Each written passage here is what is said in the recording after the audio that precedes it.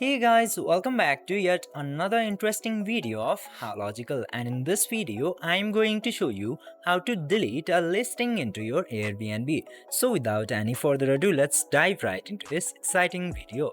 Now in order to delete a listing, you just simply have to open your Airbnb application and after that switch your account to hosting Airbnb account.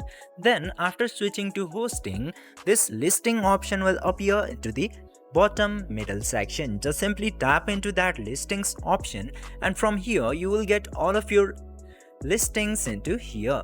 Now in order to remove the listing, just simply select the listing which you want to remove and then after that you will get the option of remove listing into here. Just simply tap into remove listing and after tapping into this yes remove option, your listing will successfully be deleted.